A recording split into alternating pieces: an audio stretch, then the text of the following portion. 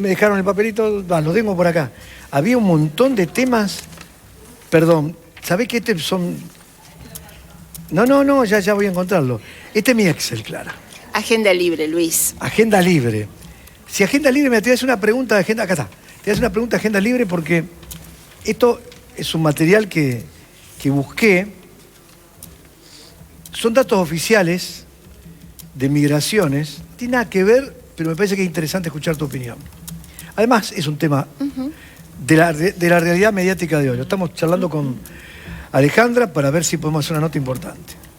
La Universidad de 3 de Febrero hizo un interesante análisis de la situación en Ezeiza, la única salida del país. Salvo que te vayas a la frontera, pero no te vas a ir muy lejos, salvo que vayas a tomar un avión a Montevideo, un avión a Asunción. Pero bueno, el porcentaje mayor va a Ezeiza. Y chequeó quiénes se van al exterior entre el 1 de enero y el 29 de septiembre pasado. Es decir, es prácticamente un universo muy importante.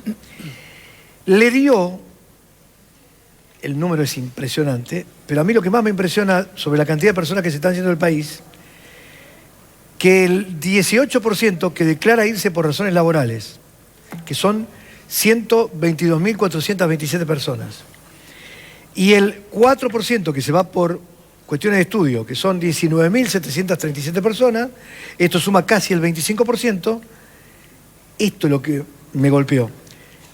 Definió como que se iban y no volvían. Es decir, que la idea de ellos es, se van y no regresan.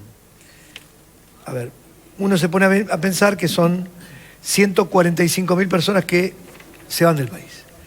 Y yo esto me pega un golpe muy fuerte porque no creía que los números eran tan fuertes, tan fuertes. Eso es un trabajo hecho por una universidad que tiene un interesante respaldo. Sí, tienen muchos investigadores y hacen muchos trabajos estadísticos, que lo hemos usado en varias oportunidades. El que lo planteó es el director de Políticas Migratorias y titular de la Maestría en Políticas y Gestión de Migraciones Internacionales de la Universidad de 3 de Febrero. Título tiene.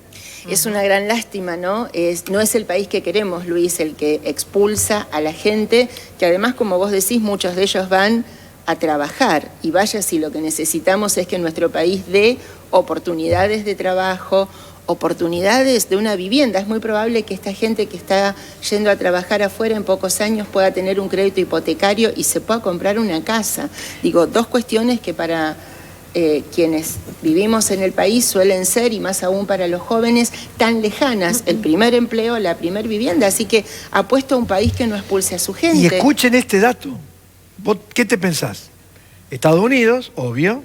Pensás España, pensás Alemania. No. Estados Unidos sí. Pero el segundo y el tercer lugar de esto, ¿saben dónde van? No lo van a poder creer. Chile segunda. Mira. Chile segunda. Uruguay tercera. Esto es un tema, ¿eh? Estamos hablando de países limítrofes. Los dos países que están a los costados nuestros. Vecinos. Es interesantísimo, vamos a hablar con él, porque me parece que es, aparte, fíjate el informe, me lo copié todo, se lo iba a dar, porque el material que hay acá te habla de la realidad de lo que está pasando, que me preocupa, ¿eh? No digo que sean. Hace unos años nuestro país de alguna manera miraba como potencia a las naciones hermanas de Sudamérica y sin embargo, después de décadas de políticas de Estado permanentes, coordinadas, que incluso ante cambios de gobierno con signos políticos muy disímiles, hay algunas que siguieron adelante y eso hace que hoy pueda abrazar a estos jóvenes que quieren trabajar. Y termino esta parte. La pregunta era ¿por qué emigran? Separaban a cada uno a un universo de 5.000 personas. ¿Sabés que un universo de 5.000 personas? Vos que conocés de encuesta, es el triple lo que a veces se usa. Bueno, dice, yo vivo en una zona caliente y cuando fui papá hice un clip.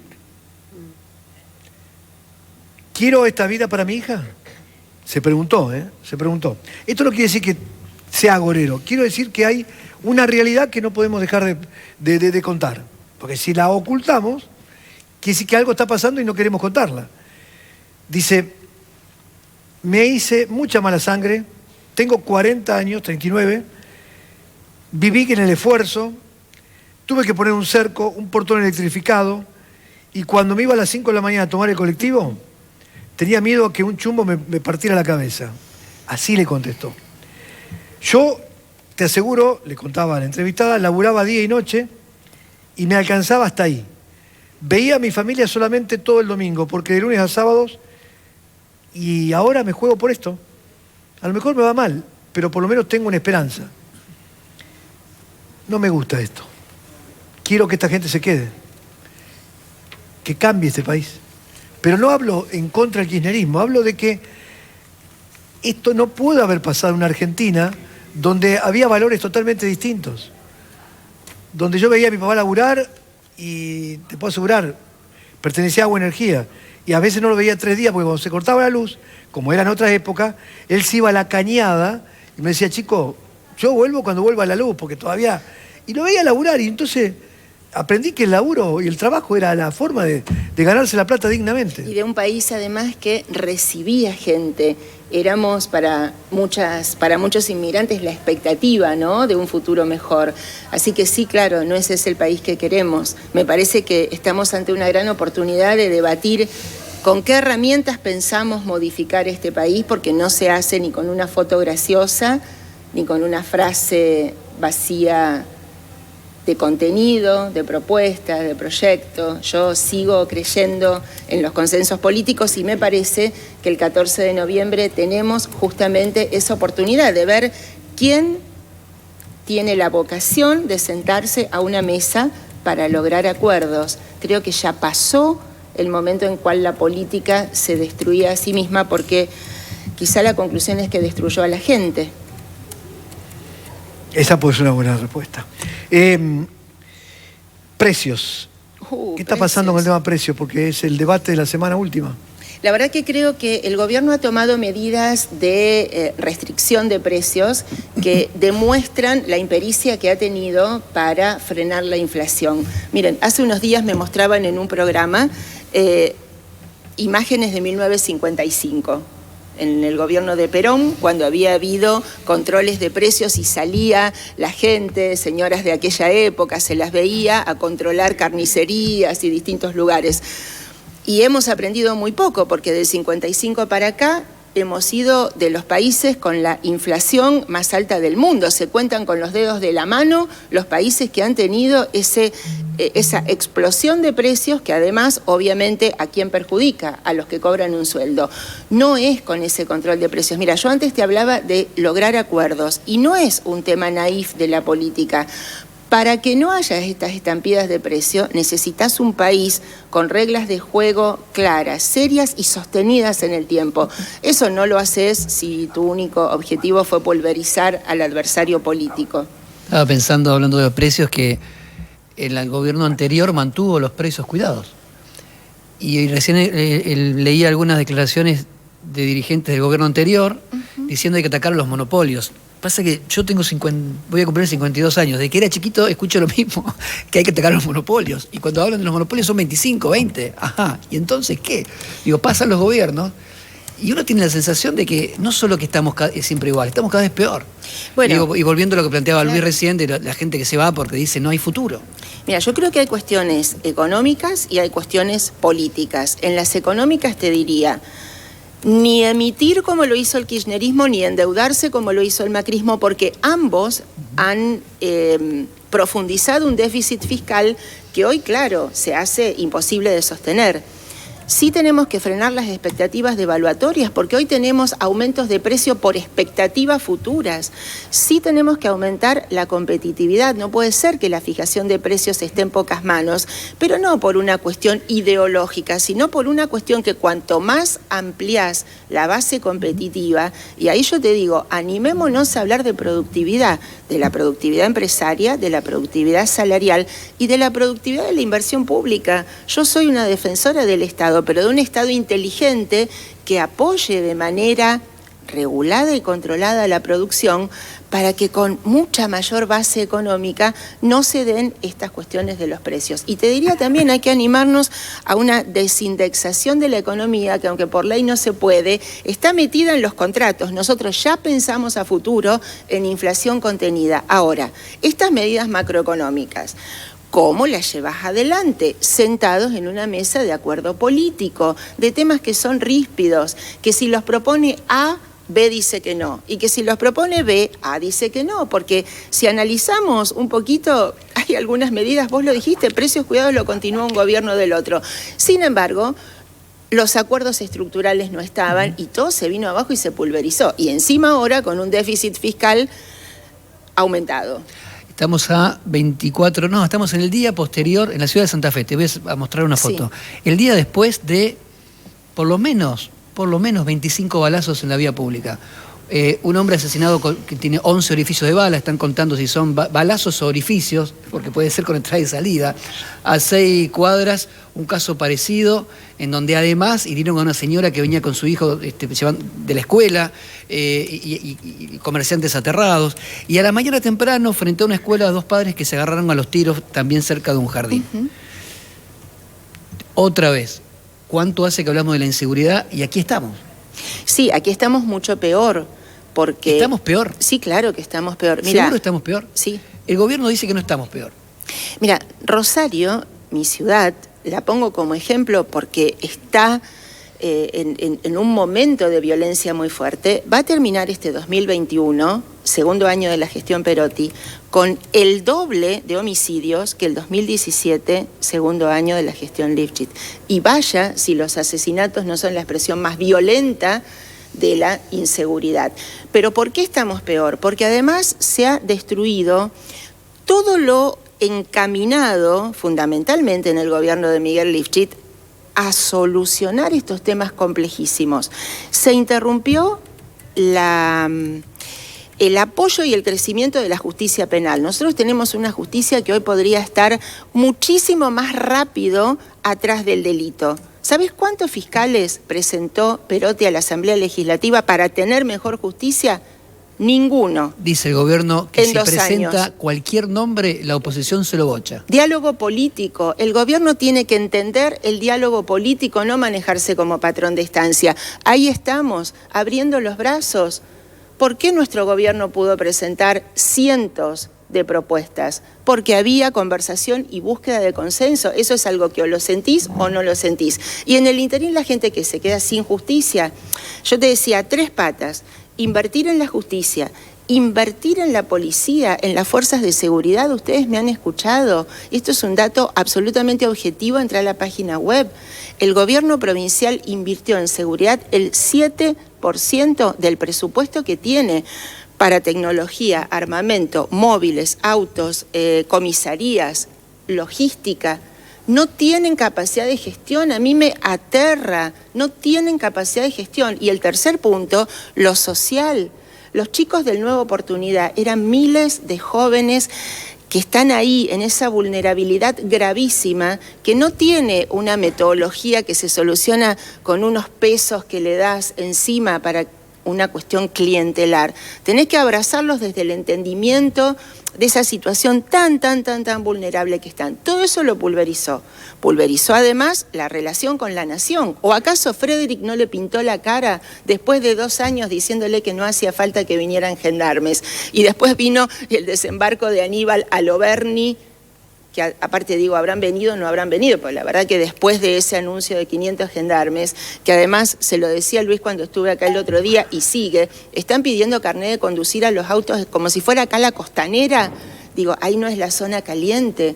Las fuerzas federales no solo tienen que hacer ese apoyo que casi te diría es un policía de tránsito, tienen que hacer inteligencia, investigación criminal, porque el delito es complejo, está por debajo, son redes, son bandas, hay poderío económico, no se soluciona con un eslogan. Y por eso es que te digo convencida que está peor, porque todo eso se interrumpió y no hay un plan. Clara, hace un ratito nos visitaba Martín Tetaz y hablábamos, bueno, Luis le preguntó puntualmente sobre el tema de los planes sociales, ¿no? En una República Argentina donde tiene cientos de miles de personas que viven de los planes sociales. Él habló de que estamos a un paso como país de institucionalizarlos. ¿Vos ves esa realidad también? ¿Cómo podemos hablar de productividad en un país que por contraste te muestra esto, ¿no? Que tiene cientos de miles de argentinos viviendo con un plan? Está muy mal. Yo creo que el gobierno nacional pone el carro adelante del caballo. Digo, lo que el Estado tiene que hacer, sí, claro, si hay situaciones de vulnerabilidad extrema, ayudarlo con fondos, pero ese no tiene que ser el objetivo. Digo, yo doy buenos ejemplos de qué sí se puede hacer desde un Estado para apoyar a esas familias que están en la extrema pobreza.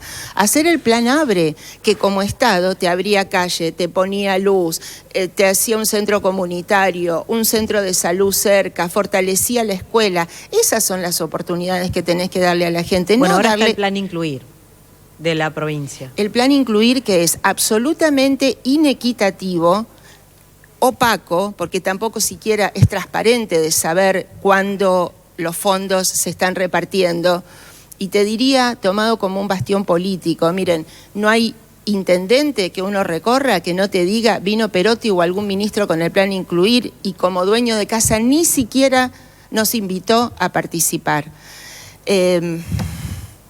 No es por ahí. ¿Yo sigo? Yo me fui con tu pregunta, no, está pero bien, si me permitís se vuelvo. enojó. No, acá lo que pasa es que hay un chico... Sí, Estábamos hablando vi de los esa planes, pero imagen bueno, y me sí. fui, pero después volvemos. Acá hay un chico que dice que fue docente, capacitador en el programa Nueva Oportunidad, y De que eso él quería hablar. él lo vivió, y dice que fue una experiencia muy interesante que, fuera de todo contexto político, logró contener a una gran cantidad de chicos. Bueno, yo te decía, el plan ABRE como cuestión de infraestructura fuerte en los barrios más calientes, porque las condiciones de vida hacen a la actitud en la cual se enfrentan estas grandes dificultades. Vuelvo a estudiar, digo, ir a buscar a los chicos que han dejado el colegio. Estamos hablando de decenas de miles de niñas, niños y adolescentes que además, agravado por la pandemia, han dejado el colegio. Perotti eso no lo entiende, se cree que está en Rafaela donde podía una maestra ir a buscar al chico porque lo conoce. Estamos en una provincia muy grande, muy diversa y con complejidades sociales enormes. Entonces, haber destruido, de hecho, a la mayoría que destitularizó una actitud tan tristemente original, eran muchos de ellos acompañantes de estos chicos que por la situación social de su familia no podían volver al colegio. O el vuelvo a estudiar virtual, que fíjate si lo hubiéramos respetado, qué bien hubiera venido para la pandemia. No, lo pulverizaron. Y el tercero de esos programas serios, no planes sociales que repartan 2 pesos y que te tengan agarrado políticamente. El Nueva Oportunidad, esos chicos realmente en un grado límite de la violencia que va y que viene, que son víctimas y victimarios de la inseguridad y de la violencia. Bueno, todo eso se dejó de lado. Por eso, sí planes sociales, pero no que entreguen plata, sino programas serios que mejoren las condiciones de vida. La gente me está reclamando, digamos, que planteemos, bueno, ya algo de esto estás hablando, opciones para salir de esta situación. Tema inseguridad. Sí. Pasa por los efectivos federales, pasa por tener una mejor policía, pasa por los gendarmes. ¿Por qué pasa, desde tu punto de vista, Sí. como un aporte? Mira, lo primero que pasa es tener una mesa seria de planificación, porque no es así esporádico. Hoy los gendarmes, mañana el no sé qué, hoy saco una licitación del 911 y pasa un año sin que la adjudique. Digo, es sentarse a planificar. Este gobierno no tiene vocación de armar programas de trabajo y comprometerte en el tiempo, porque además, Luis, cuando vos pones blanco sobre negro y decís, vamos a, en enero tal cosa, en febrero tal otra, la vamos a hacer juntos, el resultado tiene que ser este, voy a invertir tanto, te haces responsable de ese plan. Entonces, lo primero, Junta de Seguridad Provincial, porque allí tenés todas las miradas, la del gobernador, la de la política que le estamos ofreciendo de manera generosa, participar y así agarrarnos de los brazos para defender esto, y no hay manera de que nos convoquen a ese diálogo.